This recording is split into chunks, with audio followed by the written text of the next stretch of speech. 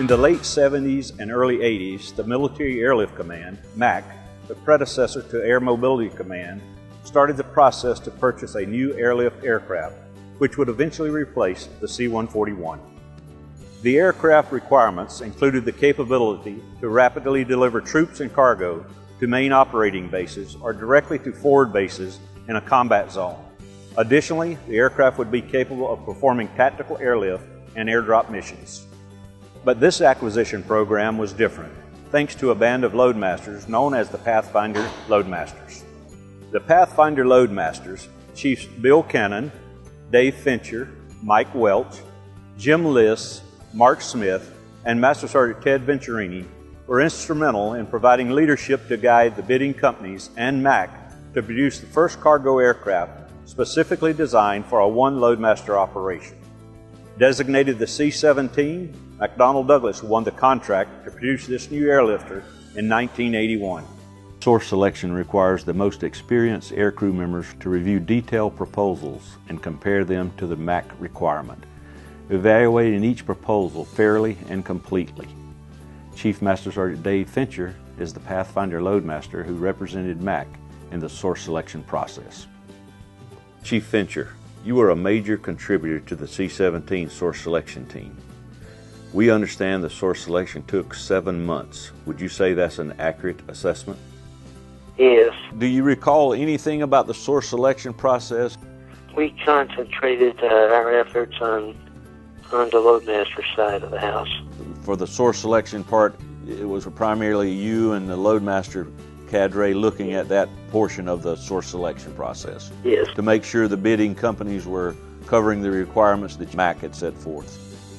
That's exactly right. So you kind of brought together experience from C-130, C-141, and C-5 into the equation as you developed the requirement for the C-17 cargo bay.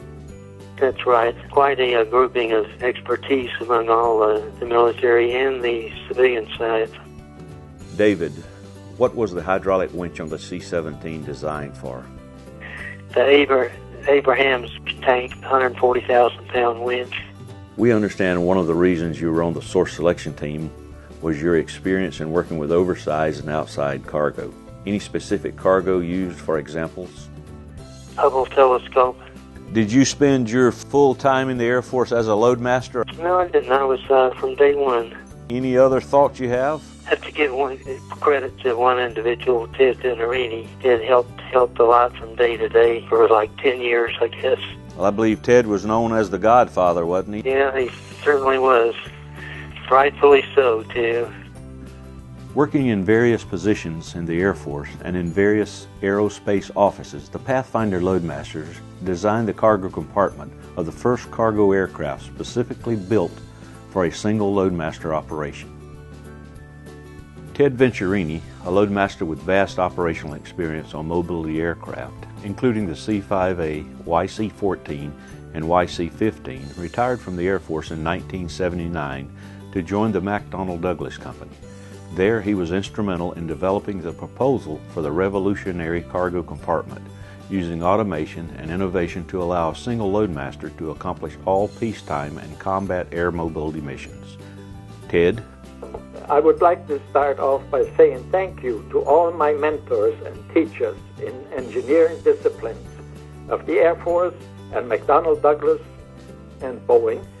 Without them, this design of the C-17 cargo compartment and the three-man crew concept would have not been possible. Ted, could you explain how the one Loadmaster concept came about? That idea came from the YC-14 and YC-15 because you only had one Loadmaster to operate the whole thing. This is where the idea started. In my opinion, there were 3 E's that I worked for.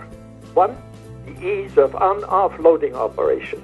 Number 2 was the ease of systems operations. Number 3 was ease of airplane operations. The first one was that we were working with was for a cargo floor and ramp design that was uniform floor strength and ramps that allowed for us to reduce the shoring requirement for different loads. The ramp angle that I fought for was maximum was 9 degrees. This was extremely important for loading all types of vehicles. The uniform strength of the cargo floor and ram floor allowed us to place most of the loads anywhere we wanted. Part of the cargo floor contained integrated hydraulic variable speed cargo winch, which is controlled wirelessly. I was honored to be selected and fly as a loadmaster on the first flight of the C-17, September 15, 1991. But I wasn't the only mobility loadmaster at McDonnell Douglas during this design phase.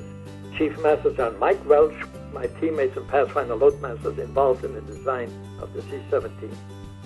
Mike. Thanks, Ted. My history with the C-17 started out with source selection at Wright-Patterson. And then from there, I ended up being hired to prove the C-17 aircrew training contract at McDonnell Douglas. And then from there, I was offered a position in the C-17 Ops Engineering. Ops Engineering has to do with anything operational about the airplane. And so my charge when I first got there was to prove the 29 mission scenarios that the 3-man-woman crew could operate the C-17 on. My area being Loadmaster, it was the back end as far as converting from rolling stock to palletized and so forth. And then from there, I ended up being chairman of the Airlift Mission Systems panel. Basically, the same role I had when I was in the Air Force coming out to McDonnell Douglas. Mike, did you begin your career as a loadmaster? No, I didn't. I started out as a supply. How many aircraft as a loadmaster did you qualify on during your service? Started out on C-130Es. I did my pure combat tour on C-123K candlestick flare ships. Did C-141s and A's, and then the B models came.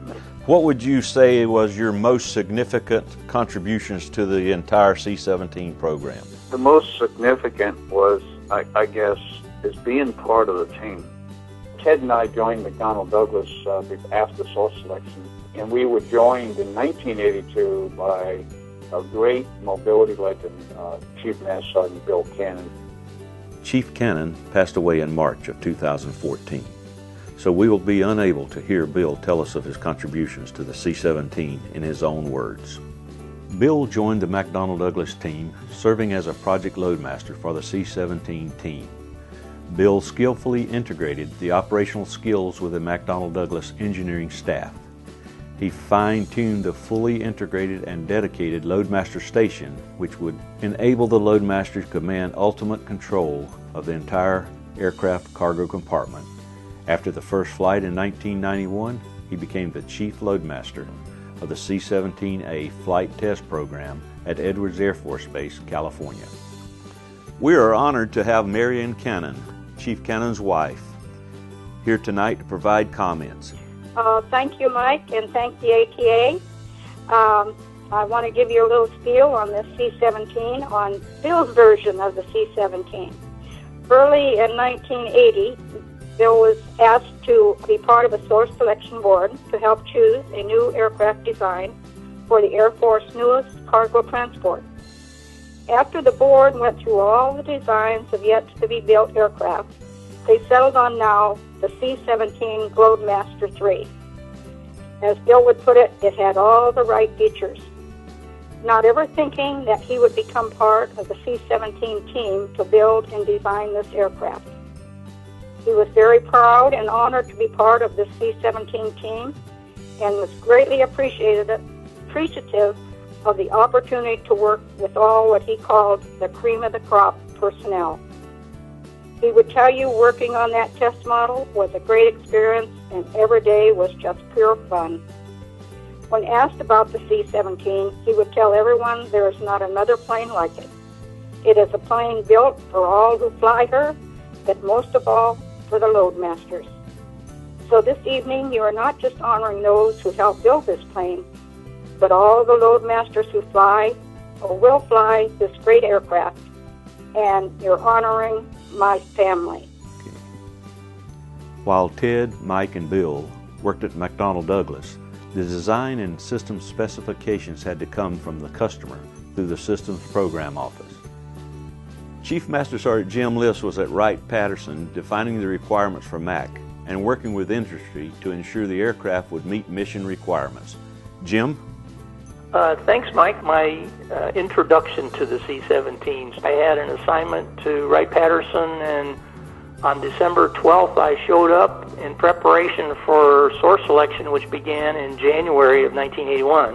What do you feel was your greatest contribution to the overall C-17 program? Troop door design, being part of the workload studies, proud of what I offered throughout that whole program. The dual row airdrop, capability to carry an M1 tank 144,000 pounds, helped evolve the aircraft into additional capabilities that I think they're still discovering today. What aircraft were you qualified on as a loadmaster throughout your career? C-130E, C-141As, C-141Bs, NC-141, the NC-130s, C-27. Did you begin your career as a loadmaster? No, I started out in radar maintenance. In 1985, Chief Master Sergeant Mark Smith was selected as the first C-17A Project Loadmaster in the Wright-Patterson Systems Program Office. Later, Mark moved to Charleston Air Force Base as the initial cadre loadmaster. Mark? Thanks, Mike. I'd love to point out the fact that it was truly an honor to be selected as the C-17's loadmaster during the design phase of the aircraft. The opportunity to apply your operational loadmaster expertise and experience directly to the Air Force and McDonnell Douglas teams of aeronautical engineers and fellow C-17 Pathfinder loadmasters was exciting and extremely humbling. Ted, Bill, Dave, Jim, and Mike are true professionals and mentors of mine, and I feel very lucky and proud to have served with these talented men and outstanding loadmasters. Initial squadron operations and flight training for 450 loadmasters at Charleston was probably one of the best experiences in my Air Force career. Deploying 12 C-17 aircraft to Bosnia for 4 months shortly after IOC was the true test of the aircraft and real-time operational capability. Returning to the SPO as the Chief Loadmaster Manager was bittersweet. Frankly, our team of Loadmaster professionals and experienced design engineers got a lot of things right at the beginning, so the redesign, repair, and fix business was a bit easier than expected. Mark, did you spend your entire career as a loadmaster? I spent my entire time as a aircraft loadmaster. I was qualified on C-141 and C-17 aircraft. Mark, could you tell us what would be your most significant contribution to the C-17 program during your tenure? Opportunity to improve, shape, and mold an aircraft for aircraft loadmasters as they support air mobility operations for many years to come. The Pathfinder Loadmasters effort ensured the success of the single loadmaster concept and the advancement of AMC's requirement for speed, velocity, and mission throughput. The C-17's operational design allows one loadmaster to pre-flight the aircraft in less than 30 minutes and configure or reconfigure the cargo compartment in less than 20 minutes. This creative design allows AMC to reduce aircraft ground times by as much as 3 hours. The Loadmaster Station allows a single loadmaster to manage all cargo compartment systems. The weight and balance system allows the transfer of information directly to the flight deck through the mission computer. No other cargo aircraft anywhere in the world has these unique features. The Pathfinder Loadmasters are a tribute to the mobility airmen of the past and provide inspiration for the future. It is for these great mobility accomplishments that the Airlift Tanker Association proudly inducts the Pathfinder Loadmasters into the Hall of Fame for 2015.